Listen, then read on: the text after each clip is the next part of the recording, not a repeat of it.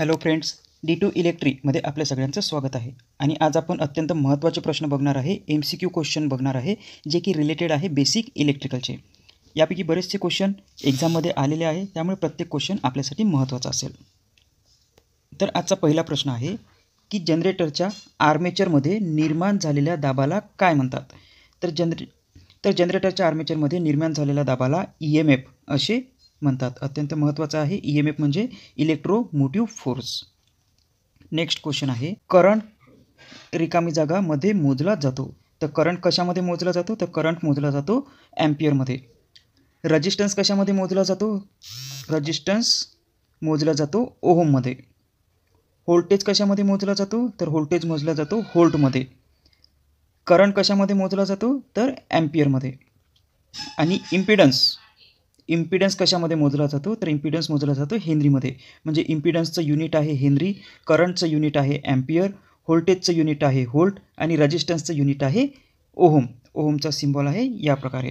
प्रश्न क्रमांक नेक्स्ट आहे आपला या ठिकाणी, करंट वाहताना होणाऱ्या अडथळ्यास रिकामी जागा म्हणतात. तर करंट वाहताना होणाऱ्या अडथळ्यास त्याला म्हणतात रेजिस्टन्स. रेजिस्टन्सचं डेफिनेशन काय म्हणता येईल? तर oppose the flow of current. म्हणजे करंट वाहताना अडथळा निर्माण करण्याचं काम आहे रेजिस्टन्स, आणि रेजिस्टन्सचं युनिट काय आहे? ओहम. नेक्स्ट क्वेश्चन आहे आपला, साधे प्रश्न आहे, त्याच्यानंतर समोर थोडे टिपिकल क्वेश्चन येईल, ते पण आपल्यासाठी महत्त्वाचे आहे. इलेक्ट्रिकल व्होल्टेज मोजण्याचे एकक कोणते आहे? तर इलेक्ट्रिकल व्होल्टेज मोजण्याचं युनिट आहे व्होल्ट. Option number A. त्यानंतर नेक्स्ट क्वेश्चन येईल, कंडक्टरमधून इलेक्ट्रॉन्स वाहण्याच्या दराला काय म्हणतात? तर कंडक्टरमधून जे पण इलेक्ट्रॉन्स वाहतात त्याला म्हणतात करंट. तर करंटची डेफिनेशन काय म्हणता येईल? फ्लो ऑफ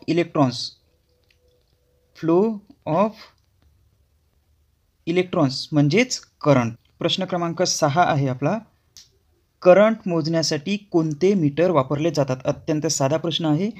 करंट मोजण्यासाठी कोणते मीटर वापरले जातात? तर करंट मोजण्यासाठी ॲमीटर वापरले जातात. ऑप्शन नंबर डी या प्रश्नाचं उत्तर व्यवस्थित राहील. तर ए जो आहे वॅटमीटर कशासाठी वापरतात? तर पॉवर मोजण्यासाठी. व्होल्टमीटर कशासाठी वापरतात? तर व्होल्टेज मोजण्यासाठी. ओहम मीटर कशासाठी वापरतात? तर रेजिस्टन्स मोजण्यासाठी. या प्रकारचे सुद्धा प्रश्न विचारले जाऊ शकतात. त्यानंतर प्रश्न क्रमांक 7 आहे, कंडक्टरची लांबी वाढल्यास त्याचा रेजिस्टन्स काय होईल? तर या ठिकाणी आपल्याकडे रेजिस्टन्सचा एक रेशिओ आहे, रेजिस्टन्सचा एक फॉर्म्युला आहे, resistance equal to rho L by area.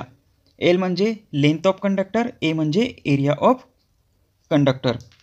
तर या ठिकाणी कंडक्टरची लांबी विचारलेली आहे आपल्याला. तर लांबी या ठिकाणी आपण असं रिलेशन देऊ शकतो की रेजिस्टन्स डायरेक्टली प्रोपोर्शनल आहे लेंथच्या.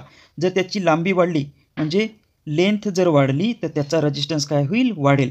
म्हणजे प्रश्न क्रमांक 7चं आन्सर येईल ऑप्शन नंबर ए. प्रश्न क्रमांक 8 एकदम साधे प्रश्न आहे पण अत्यंत महत्त्वाचे आहे. इलेक्ट्रिक व्होल्टेज कशाने मोजला जातो? इलेक्ट्रिक व्होल्टेज रिकामी जागाने मोजला जातो. तर इलेक्ट्रिक व्होल्टेज कशाने मोजतात? तर ऑप्शन नंबर सी, व्होल्टमीटरने. आपण आत्ताच बघितलं, पॉवर वॅटमीटरसाठी पॉवर वॅटमीटरने मोजतात, ओहम मीटरने रेजिस्टन्स मोजतात, व्होल्टमीटरने व्होल्टेज मोजतात आणि ॲमीटरने करंट मोजतात. ठीक आहे. प्रश्न क्रमांक 9 हा महत्त्वाचा प्रश्न आहे. या ठिकाणी प्रश्न विचारलेला आहे, कंडक्टरची लांबी कायम ठेवून जाडी दुप्पट केली तर त्याचा रेजिस्टन्स काय होईल? तर त्याचा रेजिस्टन्स काय होईल? 4 पटीने कमी होईल. याचे एक्सप्लेनेशन आपण थेरी क्लासमध्ये सगळे बघितलेले आहे. हा आपला फास्ट रिव्हिजन सेशन आहे, त्यामुळे आपण या ठिकाणी याला डायरेक्टली सॉल्व करत आहे. तरी पण या ठिकाणी एक आपण हिंट देतो. या ठिकाणी आपण बोललो की R1 डिवायडेड बाय R2. एक हिंट देऊन देतो तुम्हाला या ठिकाणी, R1 divided by R2. R1 म्हणजे हा जुना रेजिस्टन्स, R2 म्हणजे लांबी कायम ठेवून जाडी दुप्पट केली म्हणजे सेकंड रेजिस्टन्स म्हणजे न्यू रेजिस्टन्ससुद्धा म्हणू शकतो. तर या ठिकाणी रेडियस जर आपल्याला विचारलं तर आपण R2चा स्क्वेअर म्हणजे रेडियसचा स्क्वेअर आणि R1 स्क्वेअर म्हणजे रेडियस 1चा स्क्वेअर. ठीक आहे. आणि जाडी विचारलं, डायमीटर विचारलं, तर त्याच्यासाठी फॉर्म्युला आहे R1 divided by R2 equal to D2चा स्क्वेअर म्हणजे डायमीटरचा स्क्वेअर आणि जुन्या डायमीटरचा स्क्वेअर. हा फॉर्म्युला जर आपण लावला तर आपल्याला सोल्युशन मिळून जाईल आणि त्याचा आन्सर येईल की 4 पटीने कमी होतो. तर याला जर आपण इथे पुन्हा सॉल्व्ह केलं, जसं एक जुना म्हणजे R1 कन्सिडर केला याला आणि एक R2 आहे ज्याची आपण जाडी दुप्पट केली. हा R2 आहे, त्याची लांबी कायम ठेवली, सेम ठेवली. हा आपला R2 झाला. तर या ठिकाणी D1 म्हणजे त्याची लांबी आहे x कन्सिडर करू आणि या ठिकाणी आपण याची लांबी डबल केली, दुप्पट केली म्हणजे 2x झाली. तर आपल्या ठिकाणी फॉर्म्युला आपण बघितला होता R1 divided by R2 equal to D2चा स्क्वेअर डिवायडेड बाय D1चा स्क्वेअर. आता सगळ्या व्हॅल्यू जर याच्यामध्ये टाकल्या, जशी D1ची व्हॅल्यू x कन्सिडर केली होती आणि D2ची व्हॅल्यू 2x कन्सिडर केली होती कारण डबलनी आपण त्याची जाडी वाढवली. तर ह्या व्हॅल्यू आपण या ठिकाणी टाकू. तर काय होईल R1 divided by R2 equal to D2ची व्हॅल्यू होती 2x आणि D1ची व्हॅल्यू होती x. आता याला जर आपण सॉल्व्ह केलं तर R1 into x cross multiplication आणि R2 इंटू 2x. हा या ठिकाणी स्क्वेअर द्यायचा होता, हाय स्क्वेअरमध्ये आहे, हाय स्क्वेअरमध्ये आहे कारण आपला फॉर्म्युला तसा होता. तर हाय स्क्वेअरमध्ये राहील, हाय स्क्वेअरमध्ये. याला कसं सॉल्व्ह होईल मग, हा R1 एक्सचा स्क्वेअर इक्वल टू R2 4चा स्क्वेअर. आता आपल्याला या ठिकाणी काय काढायचं आहे, तर R2 म्हणजे नवीन रेजिस्टन्स काय होईल, तर R2 equal to R1 into एक्सचा स्क्वेअर डिवायडेड बाय 4xचा स्क्वेअर. तर या ठिकाणी हा एक्स स्क्वेअर कटेल. तर या ठिकाणी काय उरेल R2 equal to R1 divided bye 4 आणि R1 काय कन्सिडर केला आपण 1 कारण तो रेफरन्स व्हॅल्यू होता. तर R2 इक्वल टू 1/4 म्हणजे R2 जो आहे तो 1/4 पटीने काय होईल, कमी होईल. तर याच प्रश्नाचा आन्सर राहील ऑप्शन नंबर बी, 4 पटीने कमी होईल. हे सगळे प्रश्न आपण थेरॉटिकल क्लासमध्ये सिस्टमॅटिक सगळ्या कंडिशन, सगळ्या केस विथ एक्झाम्पल घेऊन सगळे सॉल्व्ह केलेले आहे. तर आपल्या चॅनलवरती आपण जुने जे व्हिडिओ टाकलेले आहेत त्या ठिकाणी तुम्ही बघू शकता. नेक्स्ट क्वेश्चन आहे आपला, रेजिस्टन्सचं एकक काय आहे. तर आताच आपण बघितलं होतं की रेजिस्टन्सचं एकक ओहम आहे. नेक्स्ट प्रश्न आहे, कंडक्टरची जाडी वाढल्यास त्याचा रेजिस्टन्स काय होईल. तर आताच आपण बघितलं होतं रेजिस्टन्ससाठी आपल्याकडे काय रिलेशन आहे, R equal to rho L by area. A म्हणजे लेंथ ऑफ कंडक्टर, ए म्हणजे एरिया ऑफ कंडक्टर. तर जाडी वाढली म्हणजे काय होईल, एरिया वाढला. तर एरियाच्या बाबतीत आपल्याकडे रिलेशन कसं तयार होईल, R इन्व्हर्सली प्रोपोर्शनल एरिया. जर या ठिकाणी एरिया वाढला तर याचा रेजिस्टन्स कसा होईल, कमी होईल. तर कंडक्टरची जाडी वाढल्यास त्याचा रेजिस्टन्स काय होईल, कमी होतो. ऑप्शन नंबर बी या प्रश्नाचं उत्तर व्यवस्थित राहील, उत्तर बरोबर राहील. त्यानंतर प्रश्न क्रमांक 12 आहे, कॉपर कंडक्टरचे तापमान वाढल्यास त्याचा रेजिस्टन्स काय होईल. तर या ठिकाणी टेम्परेचर कोएफिशियंट्सचा क्वेश्चन आहे. या ठिकाणी आपण हा सुद्धा थेरीच्या क्लासमध्ये पूर्ण एक्सप्लेन केलेला आहे. तर या ठिकाणी काय होईल, ऑप्शन नंबर ए, त्याचा रेजिस्टन्स वाढेल. एकदा आपण रिवाईज करू याला. एक आहे आपल्याकडे पॉझिटिव्ह टेम्परेचर कोएफिशियंट्स. तर याच्यामध्ये काय आहे की जर त्याचा टेम्परेचर वाढला, तापमान वाढला तर रेजिस्टन्स काय होईल, वाढेल. दुसरा आहे आपल्याकडे निगेटिव्ह टेम्परेचर कोएफिशियंट्स. तर या ठिकाणी जर टेम्परेचर वाढला, कंडक्टरचा टेम्परेचर वाढला तर या ठिकाणी रेजिस्टन्स काय होईल, कमी होईल. आणि एक आहे आपल्याकडे झिरो टेम्परेचर कोएफिशियंट्स. तर या ठिकाणी टेम्परेचर जर वाढला तर रेजिस्टन्स काय होईल, सेम राहील, कुठलाही फरक पडणार नाही रेजिस्टन्सवरती. तर या ठिकाणी पॉझिटिव्ह टेम्परेचर कोएफिशियंट जे आहे ते कुठले कुठले मटेरियल आहे, तर जसं एक्झाम्पल पकडलं तर कॉपर आहे, टंगस्टन आहे इत्यादी जे आहे ते पॉझिटिव्ह टेम्परेचर कोएफिशियंट्स आहे. टेम्परेचर वाढला तर रेजिस्टन्स वाढेल. दुसरा आहे निगेटिव्ह टेम्परेचर कोएफिशियंट्स, टेम्परेचर वाढला तर त्याचा रेजिस्टन्स कमी होईल. असे कुठले मटेरियल आहे, तर जसं इन्सुलेटर झालं, कार्बन झालं, इलेक्ट्रोलाइट झालं, थर्मिस्टर झालं, सेमीकंडक्टर झालं, तर हे सगळे येईल निगेटिव्ह टेम्परेचर कोएफिशियंट्समध्ये. आणि झिरो टेम्परेचर कोएफिशियंट्स म्हणजे टेम्परेचर वाढला तरी त्याच्या रेजिस्टन्सवर कुठलाही फरक पडणार नाही. असे कुठले मटेरियल आहे, तर एक आहे जर्मेनियम, सिलिकॉन, युरेका आणि मॅग्नीन. हे मटेरियल लक्षात ठेवायचे. बरेचदा अशा प्रकारचे क्वेश्चन एक्झाममध्ये विचारले जातात टेम्परेचर कोएफिशियंट्सचे रिलेटेड. तर हा क्वेश्चन आपल्यासाठी महत्त्वाचा आहे. त्यानंतर प्रश्न क्रमांक 13 आहे की रेजिस्टन्स वायर म्हणून कोणत्या धातूचा वापर केला जातो. तर रेजिस्टन्स म्हणून युरेका धातूचा वापर केला जातो. या ठिकाणी आपण बघून घेऊ. एक ट्रिक लक्षात ठेवू. या ठिकाणी लक्षात ठेवायचं RUHN रुहन. तर रेजिस्टन्ससाठी युरेका हा मटेरियल वापरला जातो आणि हीटिंग एलिमेंटसाठी नायक्रोम हा मटेरियल वापरला जातो. रुहन असं जर लक्षात ठेवलं तर आपल्यासाठी हे दोन क्वेश्चन तयार होऊन जातात. रेजिस्टन्ससाठी युरेका मटेरियल आणि हीटिंग एलिमेंटसाठी नायक्रोम मटेरियल वापरले जातात. त्यानंतर प्रश्न क्रमांक नेक्स्ट आहे की कार्बन, इन्सुलेटर व इलेक्ट्रोलाइट यांचे तापमान वाढल्यास त्याचा रेजिस्टन्स काय होईल. जेव्हा आपण टेम्परेचर कोएफिशियंटचे क्वेश्चन विचारतात तेव्हा हा एक पॉईंट तिथे लिहून घ्यायचा, म्हणजे आपले कुठलेही प्रश्न चुकणार नाही. पॉझिटिव्ह टेम्परेचर कोएफिशियंट्स, निगेटिव्ह टेम्परेचर कोएफिशियंट्स आणि झिरो टेम्परेचर कोएफिशियंट्स. तर या ठिकाणी टेम्परेचर वाढण्याची जर आपण केस घेतली, तर पॉझिटिव्ह टेम्परेचर कोएफिशियंट्समध्ये काय होतं, तर रेजिस्टन्स वाढतो. निगेटिव्ह टेम्परेचर कोएफिशियंट्समध्ये काय होतं, तर रेजिस्टन्स कमी होतो. झिरो टेम्परेचर कोएफिशियंट्समध्ये काय होतं, तर टेम्परेचरवर रेजिस्टन्सवर कुठलाही परिणाम होत नाही. पॉझिटिव्ह टेम्परेचर कोएफिशियंट्सचे मटेरियल कुठले आहे, कॉपर, टंगस्टन इत्यादी.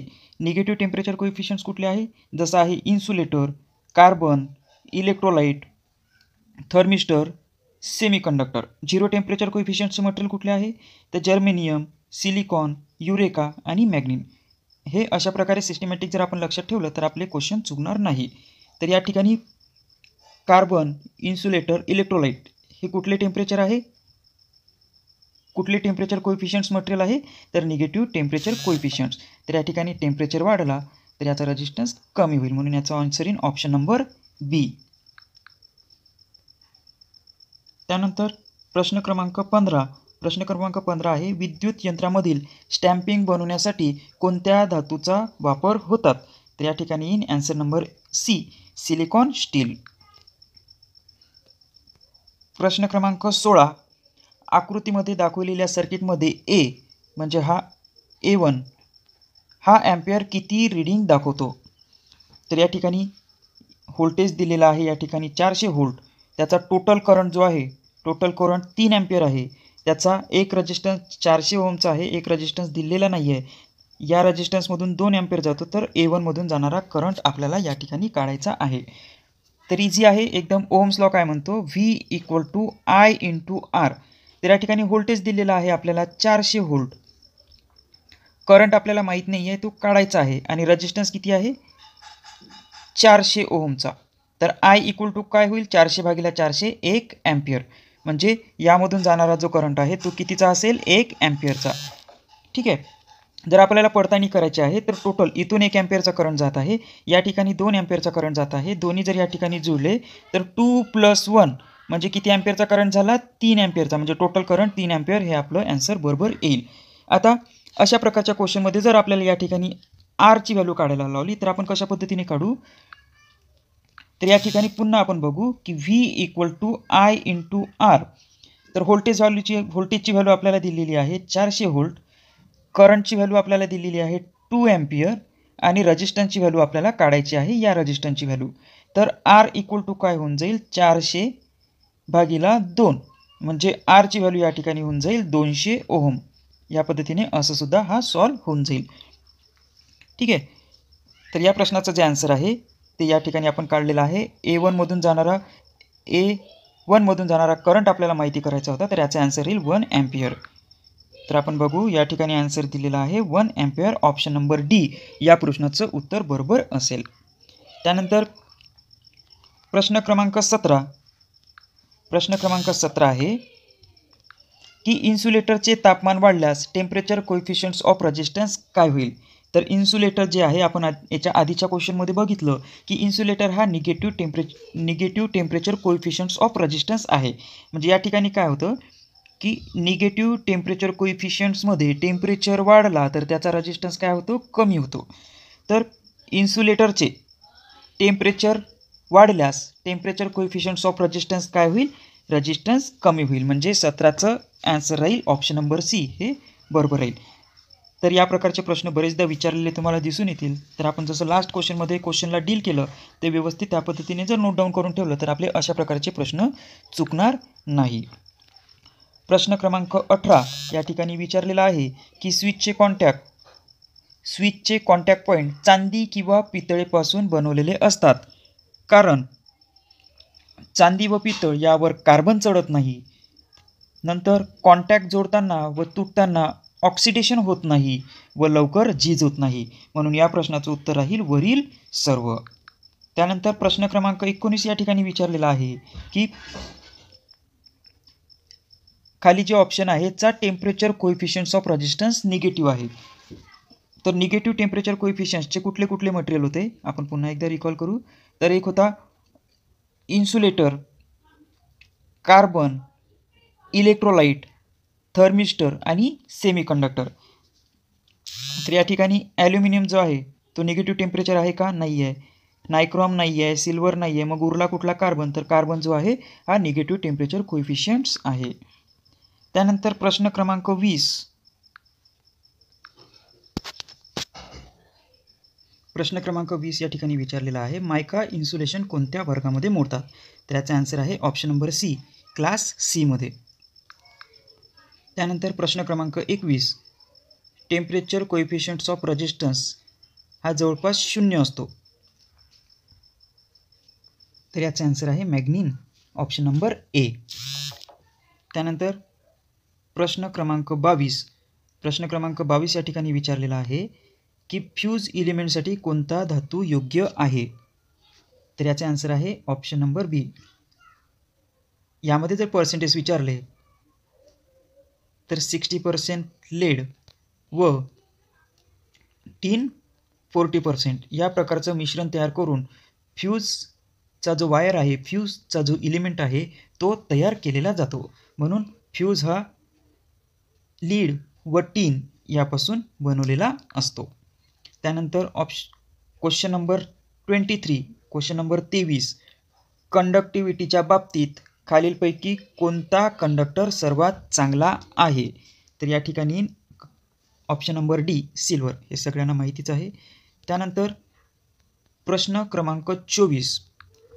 हीटिंग इलिमेंटसाठी कोणता कंडक्टर योग्य आहे? आपण आत्ताच बघितलं की रेजिस्टन्स वायर म्हणून युरेका वापरतात आणि हीटिंग एलिमेंटसाठी नायक्रोम तार वापरतात, हे लक्षात ठेवायचं. तर याचा आन्सर येईल हीटिंग एलिमेंटसाठी नायक्रोम हा कंडक्टर योग्य आहे. प्रश्न क्रमांक 25. कंडक्टरचा स्पेसिफिक रेजिस्टन्स कशावरती अवलंबून असतो?